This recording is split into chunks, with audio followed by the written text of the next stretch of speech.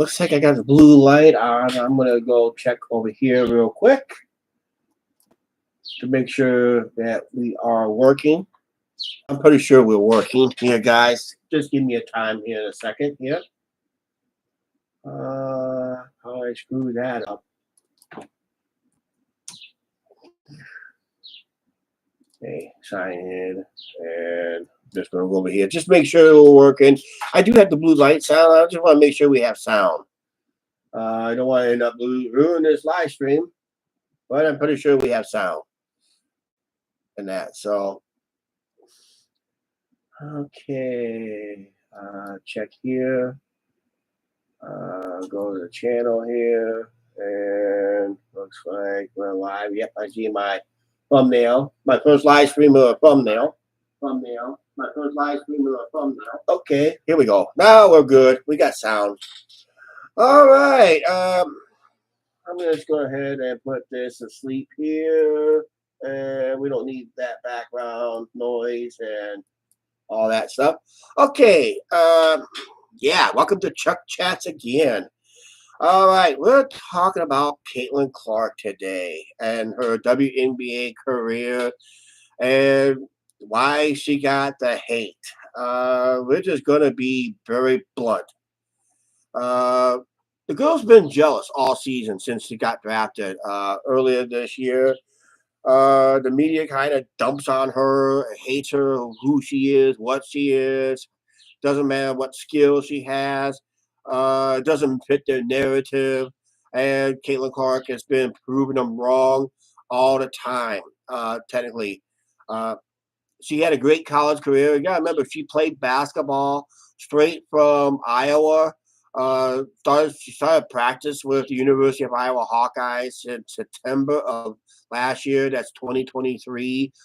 Played practice and played basketball all the way from the end of September to just recently during this after the All-Star break, and now they're currently, as I'm live with this stream, they're on the Olympic break and that.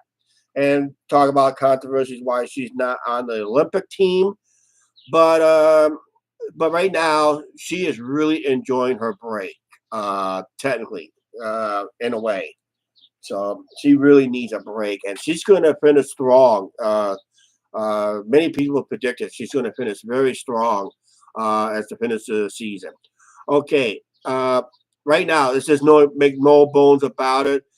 During the NCAA career, Caitlin Clark has smashed many records, including the women's scoring record, except for one girl who said, well, she didn't beat my scoring record in Division II. Well, that's Division II. That's a weaker school.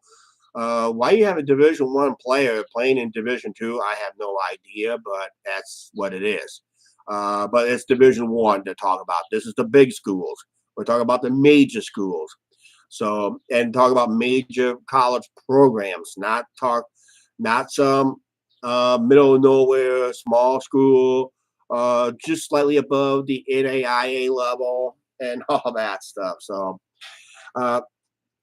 also she broke, like I said, the NCAA Women's Division I scoring record. Regardless of what the scoring record on Division II is for women, that is, like I said, it's a different level of basketball. It's a weaker level of basketball, technically, in a way. But and she broke the men's scoring record. Caitlin Clark broke the men's scoring record in the NCAA.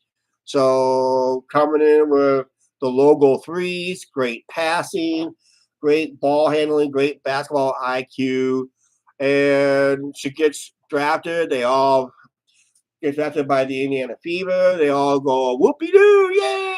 We drafted Caitlin Clark, yay! That was ruined her career. Yeah, that's what Chrissy Side's been doing lately. Coach Chrissy Sides is not the best coach for Caitlin Clark. Caitlin Clark likes a fast-paced game. Some of the players do enjoy the fast-paced game, but Coach Sides just flat out want a half-court game, which basically that even in Iowa, that was kind of Caitlin Clark's weak side because she likes a fast paced game. Keep that offense moving as much as possible up and down the court, make it like a track meet, technically in a way. But yeah, it's just one of those situations that jealousy did come into play. The teammates now finally understanding this is her meal ticket. And of course, the fan support that Caitlin Clark gets. Remember, during the NCAA championship run, during that last NCAA championship game versus South Carolina, that drew 18 million views. Now, Caitlin Clark WNBA games on TV is averaging a little over 1.5, 1.6 million views. And it's the Caitlin Clark effect that's been going through the WNBA. Now, I'm going to talk about something that I've noticed in the other teams with Caitlin Clark involving other teams. I noticed this slightly. Uh, After the Caitlin Clark game play, got game going. After they appeared, in those arenas, usually the big arenas that she likes to play in because she loves playing in front of large crowds. She enjoys the pressure, the limelight, and all that stuff. She just relishes it. She just craves it and that, that is a good for an athlete. She craves the attention. She craves the challenges. She craves the the fans' reaction, no matter if it's good or bad. But she's got a huge fan base and that. And the rest of the league need to understand, and most of them don't understand this to this day, but some is starting to understand is how do we get some of those Caitlin Clark fans to on our side of the game, to put some more to our side. Well, let's put it this way: the WNBA is not known for its fan love affair. The players are not known for its love affair with its fans. That's why you see empty buildings. Technically, they're telling fans to be quiet. They're telling their home fans that needs to root them on. Tell us, don't root us. Don't root us on. I remember these comments, like just like a year or so ago. They just tell them, don't root for us. We don't want to hear you guys. And you're telling your hometown fans that. So what happens? More empty seats. And this is what I don't get with because even in WNBA, if the players are rude to the fans are not going to show up. If the fans were rude to the players, it's usually they get banned from the building or just kicked out of the building. That's just but there's fan conduct that fans we have that line we cannot cross either. So you can boo the player all you want. You can cat calls. Just don't cross the line and all that stuff. So always be respectful for your opponents too. Uh, but comes down to with Caitlin Clark is she's got a huge fan base. She's drawn a lot more fans than I heard players complain about Caitlin Clark's fan base. Instead of complaining about it, you just got to figure out try to win them over to your side. And complaining about it is not helping your team, not helping your home crowd, technically, because you're just telling them that we don't want you attending the games. Technically, if I let's say if I was a Chicago Sky fan. Uh, if I had those players just telling me, don't root for us, don't attend our games, we don't want these, I don't want your eyeballs attending to our games. Well, guess what? I don't go. That's simple. My money's could be better spent someplace else, like at a Cubs game, because remember, WNBA plays during the summer months. So there's always a Cubs game you can go to in Chicago or a White Sox game. Or you go out in the suburbs and catch any independent baseball you want. Also, there's soccer that plays during the summer too. So, yeah, if I want to bore myself for 90 minutes and moan and groan, hear aloud the moan and groan and chanting, just go to a soccer game, basically. Basically, what they call overseas is football, what we call soccer over here, and that. So, uh, but yeah, the Caitlin Clark effect is really for real. Technically, TV ratings are up overall, including the non Caitlin Clark games. I noticed that they're starting to see an increase in ratings because you know why? You're starting to win some fans over to your team. Now you gotta get them in your building. But if you're gonna, but if those if they're complaining, if they want to complain and whine and moan and groan, um, that because these are new eyeballs you don't want to see, well, guess what? They ain't gonna pay the ticket to come see you. They don't want to see a bunch of complainers and whiners because they're jealous of somebody's fan base and that. You just gotta try to win them over. That's what you have to do. Just use your talent that you have. You know, Angel Reese is not a bad player. She's a good rebounder. She's a good she plays a good role model to great villain to Caitlin Clark. But during that All Star game, they were clicking like they were teammates for a long time. I saw some great passes. Caitlin Clark has some great passing. Of course, her turnovers are pretty high, but that's what you get when you're a great passer. But she also leads the league in assists. She broke many rookie records in the WNBA. So did Angel Reese did in rebounds and that. But Caitlin Clark has already broke the Fever's season total for assists. And that was like 25 or 26 games into the season and they still got another 14 games to play. So that record is going to be amazing for season assists. That's going to be but I think Hayden Clark can probably beat her own record too. And a lot of players were upset. Gerald Swoops was upset. Uh, Diana Taurasi made that strong statement after Caitlin got drafted. She said, "You're playing against grown women. You're not playing. You're not like a superwoman or a superhuman playing against 18-year-olds. Now you're playing against grown women, older women that played for basketball for years." And guess what Caitlin Clark did to Daniel Taurasi's first meeting? Almost a triple double. She would have had it if Christy Sides didn't pull her from the game. Christy Sides, you suck on that one because the game was still on the line. Here's another question he calls that Caitlin Clark has to deal with Christy Sides too. Is Caitlin in Iowa was known to when the game is on the line, Caitlin always take the last shot. So far this year in the WNBA, she has never taken the last shot when the game is on the line. You know who gets the last shot? Who has the worst shooting record, the worst field goal percentage of the entire game? It's up to that person to make the winning shot.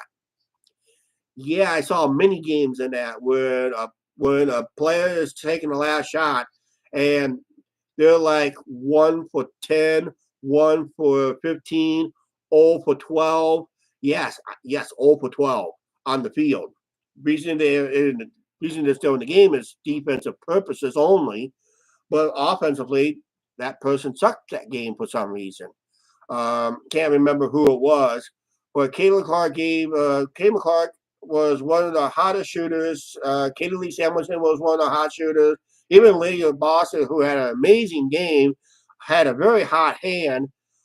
None of them was on one game or a couple games. None of them was called for the last shot. It went to the person who had the worst scoring percentage of that game or shooting field goal percentage, the lowest. And I said that's not good coaching. You always want to go with the hottest hand. If that's not available, you go to the second best hottest hand. You don't go with the cold hand. That's shooting blanks and laying up bricks faster than a bricklayer and that. So uh, the media hatred to Caitlin Clark is just like crazy. But like I said, coaches, even the coaches hate her. I don't even know if even Christy Sides, her own coach, even likes her because every time she does good, some of the bonehead coaching that Christy Sides has done this year, and I noticed it too, is why is the Fever is on a 8-0 run and Christy Sides calls timeout to ruin the momentum? You gotta force the other team to burn the timeout. You don't you don't feel sorry about the opponent and call a timeout. You keep pouring it on, keep pouring it on, keep pouring it on. Then there's one game where Sides had a 25-point lead, decided to change the offense. And guess what happened? They lose by one. That's what happens when you don't, if you take off the foot off that gas pedal, especially in basketball. That 25-point lead can disappear real fast. And boy, I think that was versus the Chicago Sky, where basically they had them crushed big time. Everything was working for uh, Caitlin Clark, Aaliyah Boston. Uh, Even I don't really care for Erica Wheeler. She was getting hot. Uh, Kelsey Mitchell, as long as she doesn't dribble the ball out, don't give her the ball during the early in the shot clock. She'll just dribble out the shot clock and have a shot clock violation and all that stuff. But technically, it's a comes down to is uh, boils down to what I see it myself is when you got a good plays going for the whole, and all of a sudden the last 7 to 8 minutes you decide to change the game plan, put in your bench players, bench the stars because they had and you watch that 25-point lead disappear. I would have better off putting the bench players in when there's like 2 minutes left in the game. And that's almost too much time, and especially in some pro balls. But at about seven, when you got most of the fourth quarter yet to play, because they play 4 10-minute quarters. And when you got like over 7 minutes left to play, and you pull your starters, uh, and like I said, this that 25-point lead disappeared really quick, and the Fever ends up losing by one. And guess what? Caitlin Clark never got the last shot because the last shot went to somebody who was shooting 0 for 8, and that was a bonehead play uh, call by the coach.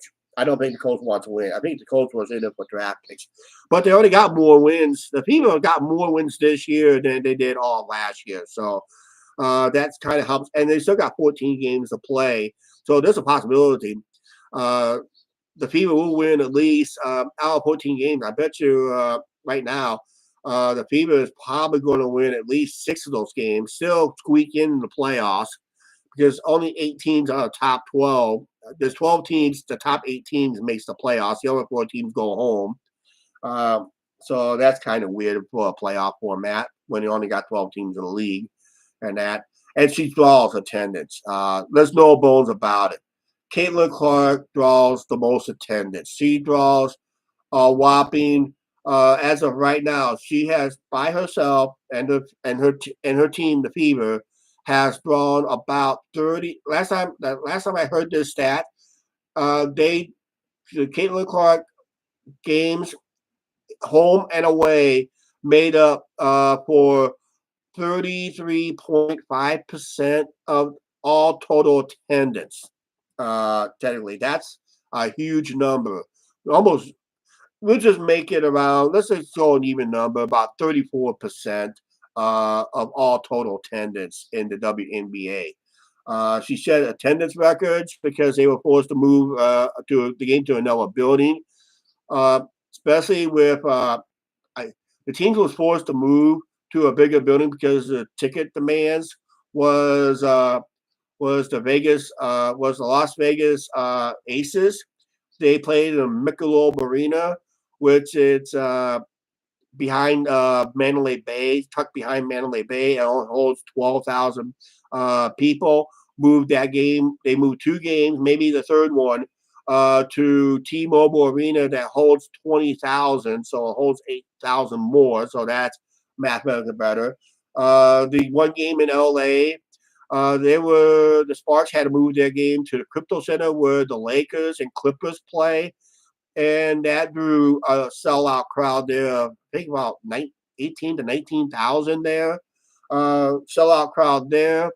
The Atlanta Dream plays in the smallest building of all the NBA. They played a 3,400 seat arena. Yes, 3,400 seat arena, and they moved it to the downtown arena. I forgot the State Farm Arena. I think in Atlanta that holds 20,000, and no, not 20,000. It holds around over between 17 and 18,000. Sold it out, 17,700 something. Uh, Biggest crowd for a. It was probably one of the biggest crowds that Caitlin Clark draw down in Atlanta. That was her first time ever in Atlanta in her basketball career. In that, uh, I can't say anything about the New York Liberty. Technically, they play in a big building anyway. The Barclays Center is pretty big, slightly bigger than Madison Square Garden.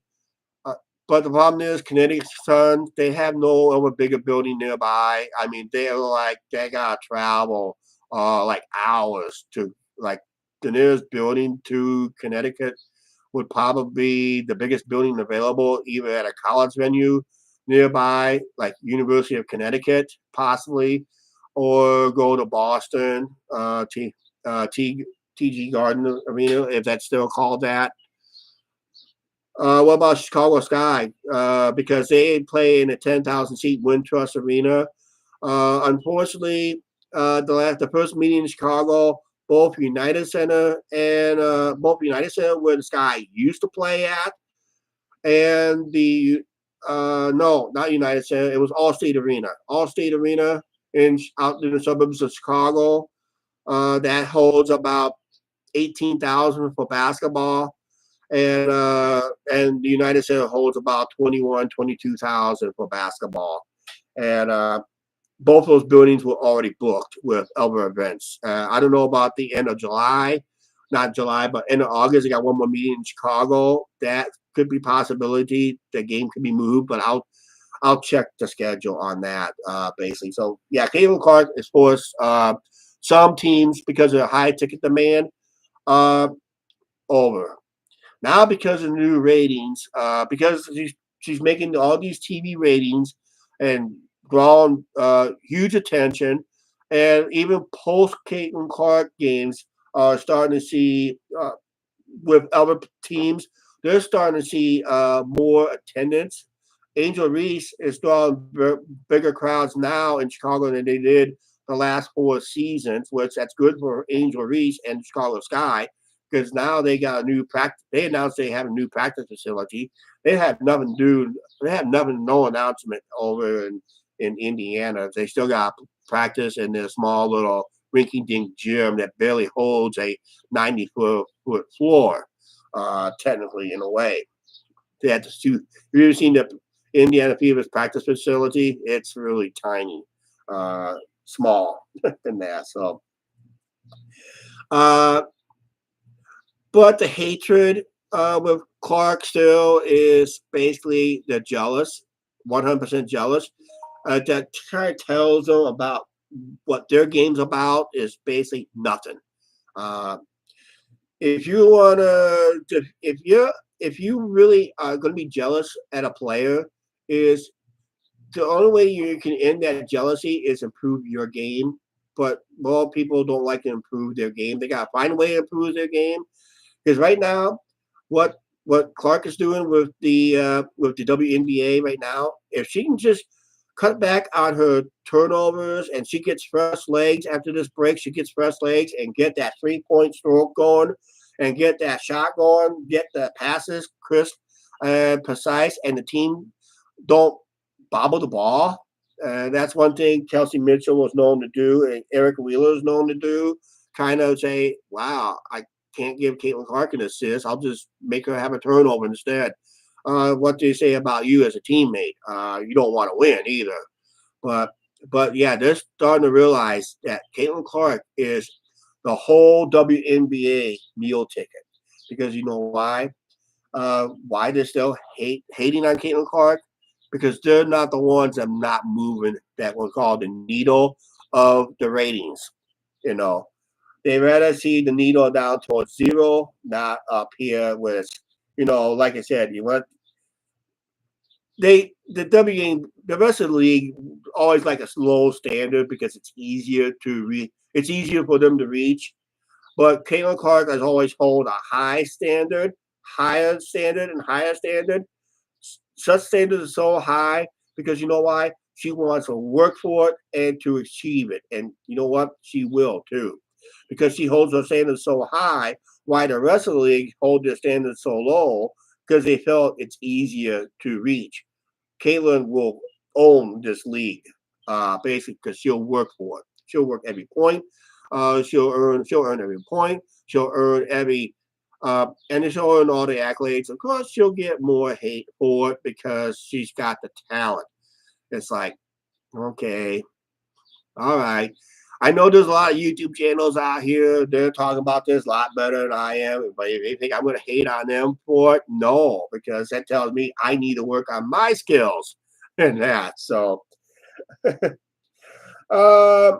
also, like I said, when it comes down to Caitlin Clark, of course the media just don't like her because they don't fit their narrative. Yes, we're gonna go there because they don't fit her narrative. They don't fit the narrative at all. They're not thinking her of the View. People at the View talked about this and that. They were all idiots, even bringing this up. But still, they don't look at the talent. They just look at the skin color, and that's where the jealousy begins. And that you just gotta look at it as, hey, you got a couple talented basketball players. One is white, one is black, and they know how to hoop. Technically, in a way, so you just gotta let them hoop. Basically, in a way. Oh man, it's just media just don't get it. They can see the talent and all that stuff. Even the WNBA was in denial of the Caitlin Clark effect. They were in total denial of the Caitlin Clark effect until a lot of people just say, "Hey, you would never got these ratings." First of all, was if you take Caitlin Clark out of this league right now, if she quits right now, and if Caitlin Clark quits this league is in trouble. It would be financially trouble because it would be financed by the WNBA charity money, they call it, welfare money. That's what WNBA stands for, Welfare National Association. That's what some channels calls it. Not just Women's Basketball Association, just they call it Welfare Basketball Association because it's being funded by the NBA. Because financially, if this ran as a proper business, the WNBA would have went out of business some 20 years ago when they started losing the original fan base that they had developed. The forefathers of and Gerald Swoops knows this. Lisa Leslie knows this. Uh, Rebecca Lobo knows this. They're the old schools of the WNBA. They were the pioneers of the WNBA. They knew what it's like to have the big crowds to come in to support them. But when they got cranky, whiny, bitching, complaining about their home fans, showing up for the game, making too much noise, we can't do this game.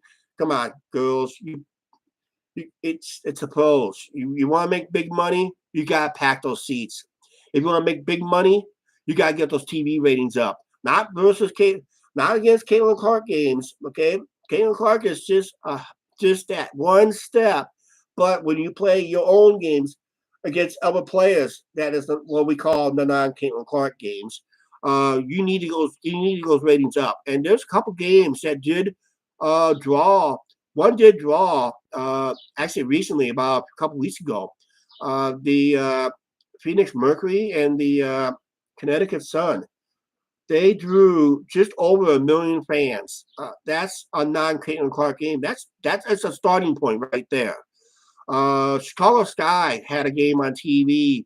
They drew only a miserable 950,000 fans, but I'm going to tell you right now, that's a lot higher than it was a week or two earlier in a non-Caitlin Clark game non-Caitlin Clark game, because the earlier game that was never got even barely got 500,000 views.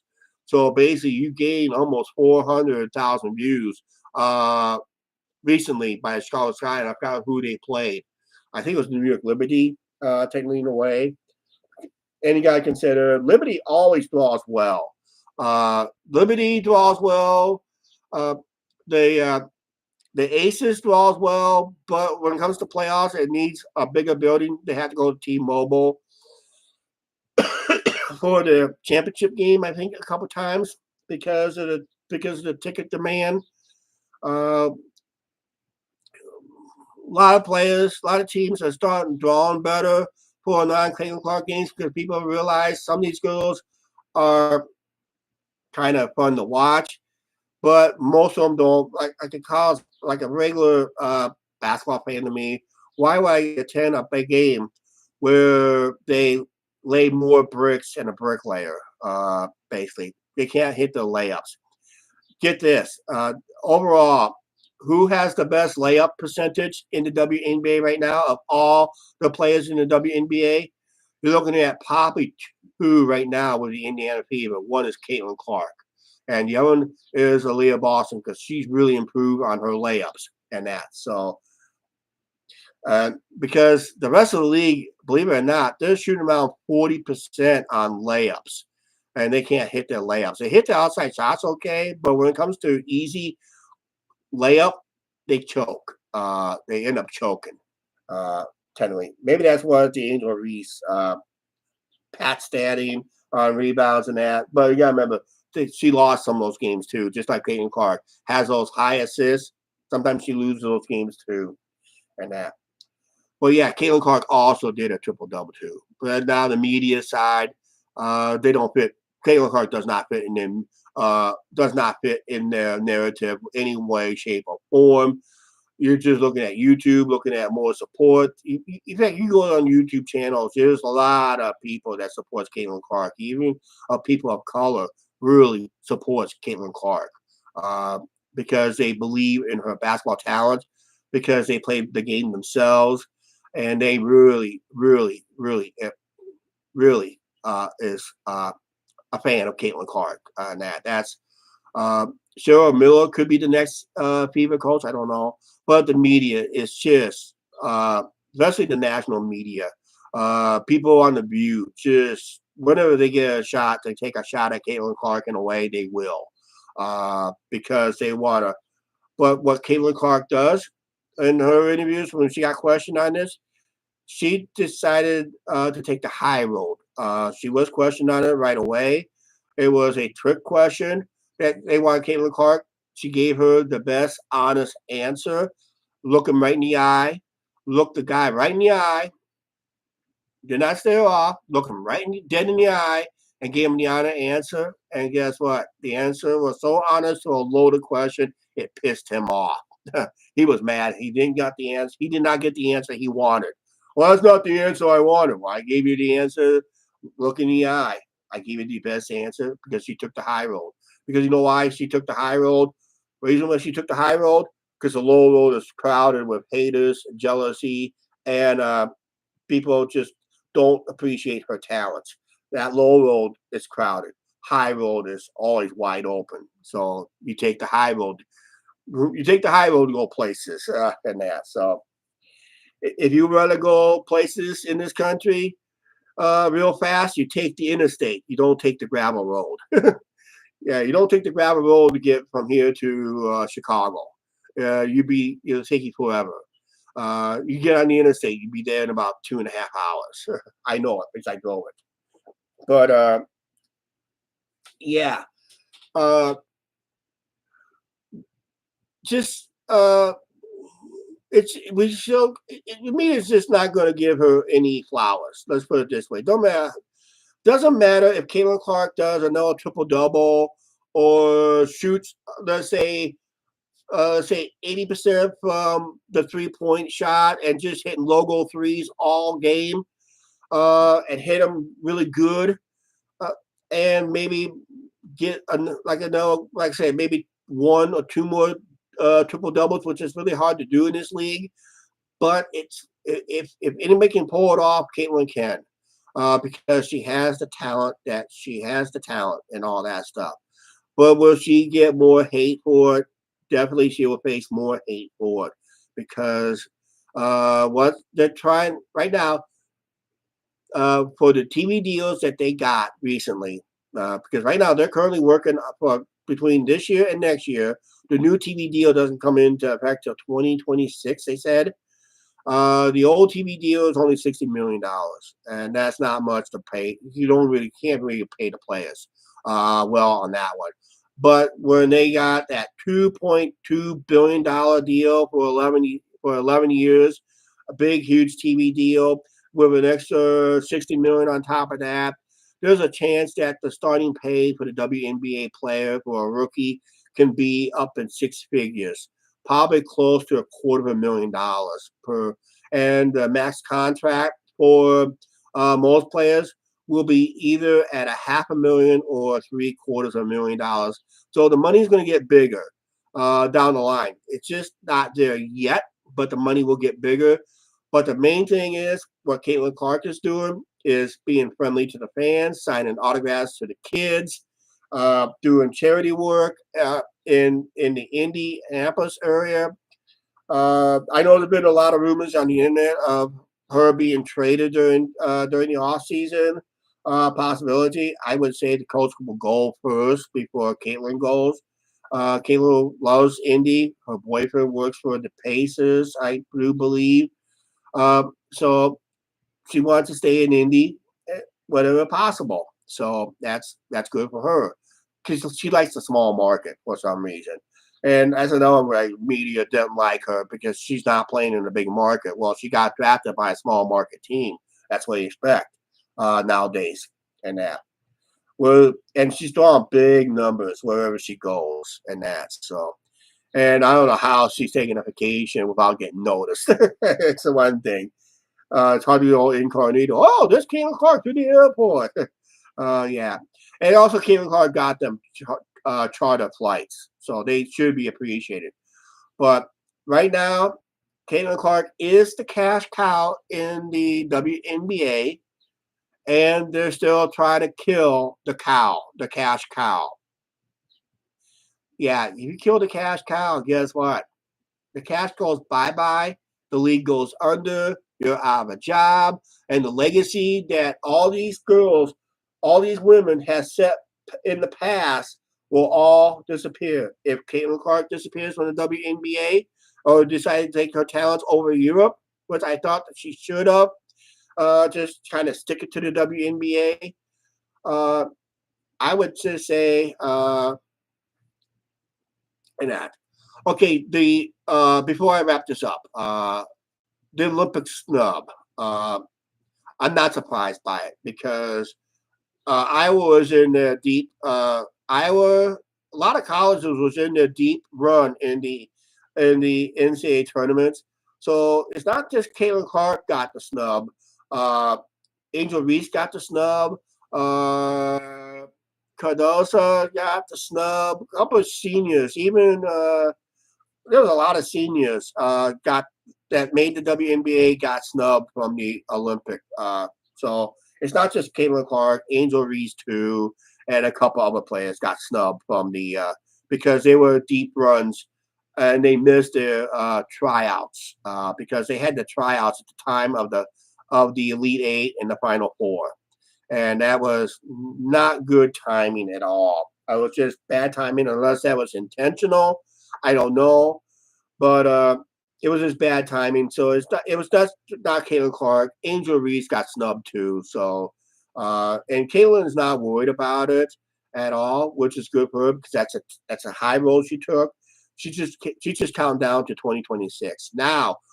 Who's going to be coaching that team? Because Cheryl Reese up in the Minnesota Lynx hates her guts. She doesn't like her. Anyone older, she'll do anything. And guess what? What happened when she made those famous comments?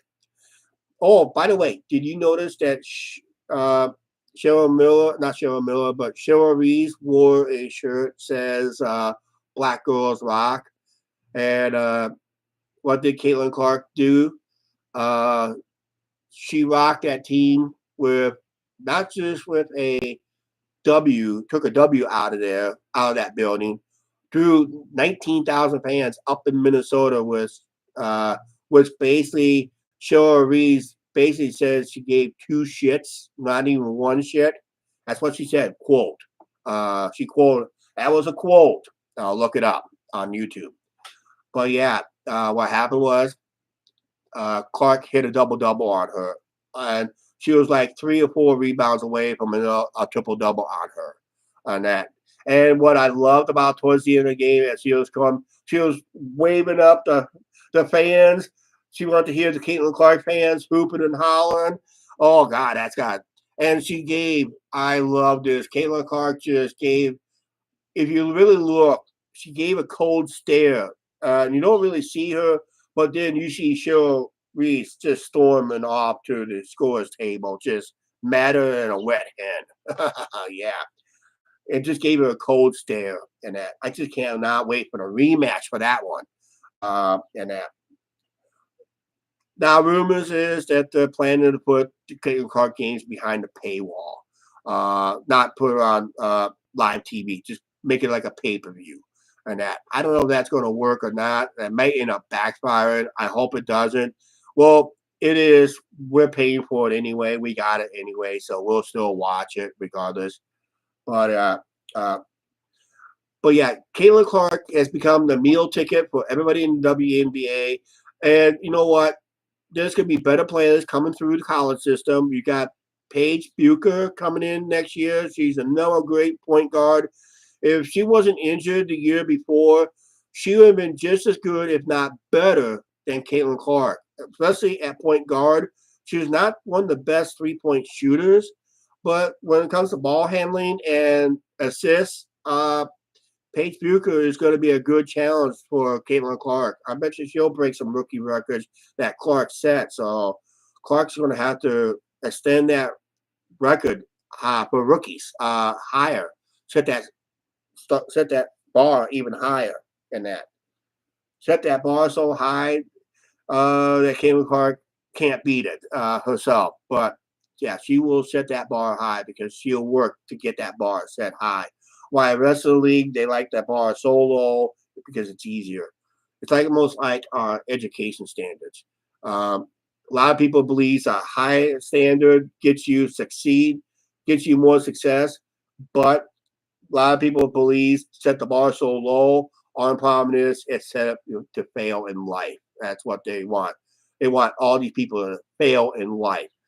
Set that bar high, you'll succeed in life. Set that bar too low, you're going to fail miserably. You're going to fail in life. It's like my YouTube, it's like this Chuck Chats. Can't get growth if you're not on it, right? Okay, like I said, there's still going to be hatred, there's still going to be jealousy, but Caitlin Clark knows how to deal with it. Just play basketball. And now just do a double double, a triple double, or just even if you don't score no points, set a game high assist record like she did of 19 assists in one game. That was amazing. Probably barely scored what 20 points, 19 assists, almost missed a 2020 game. I would love to see a 2020 game from anybody. It's hard to it's hard to do that in the NBA. I mean, if it happens once, it's an event. But in a girls' game, it's it's almost like you're asking the impossible. But if Caitlin Clark can pull off a 2020 game, she will. That'll be the first WNBA player to do a 2020. That means 20 assists, 20 points, or 20 steals, or 20 rebounds. One of those, any two of those stats I mentioned. Uh, 20 block shots, that'd be impossible, but if it is, it could happen. I think it's raining outside. Yeah, we got rain outside. Okay, I think that's gonna be it. I gotta wrap this up. All right. Uh, yeah, leave down your thoughts on the Caitlin Clark effect. Is she good for the WNBA, or is this or you don't really give a rat's ass about her. Technically, in a way, you still have entitled and edit and say, well, I don't like her because she plays against my team. That's okay. Leave that down in comment. But your Caitlin, but do you believe in the Caitlin Clark effect? That's the main question I'm asking. Do you believe in the Caitlin Clark effect? Is it real or is it just something made up? Because right now, numbers don't lie.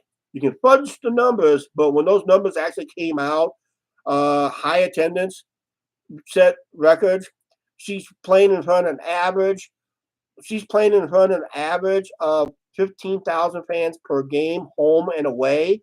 Those are actual numbers. Look it up there. Those are actual numbers.